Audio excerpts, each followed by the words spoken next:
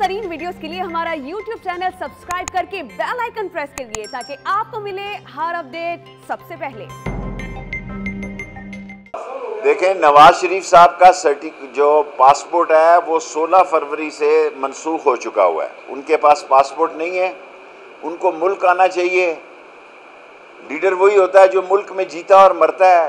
क्या इस मुल्क की बदनसीबी है कि इख्तदार में हो तो आप बड़के मारते हैं, इख्तदार से उतर जाएं तो आप मुल्क से भागना चाहते हैं। मुल्क की जेल भी सियासतदान के लिए, अगर उस पर जेल आ जाती है, उसको जेल आना जाना पड़ता है तो क़यामत नहीं आ जाती। हम कलाशनकोव जैसे मामूली केसों में और आवारा केसों में और झूठे केसों में 7-7 साल कैद हुए, लेकिन क्या इसका मतलब यह है कि हम मुल्क, उनके पास दो ही ऑप्शन है। नंबर 1, वो अपनी अपील कर लें। नंबर 2 कि वो साइलम लें वहाँ, जो कि शायद वो ना लें। वो अब समझते हैं कि बेहतरी के हालात हैं। और एक साहब ने बयान दिया, अगर शहबाज शरीफ को गिरफ़्तार किया तो क़यामत आ जाएगी।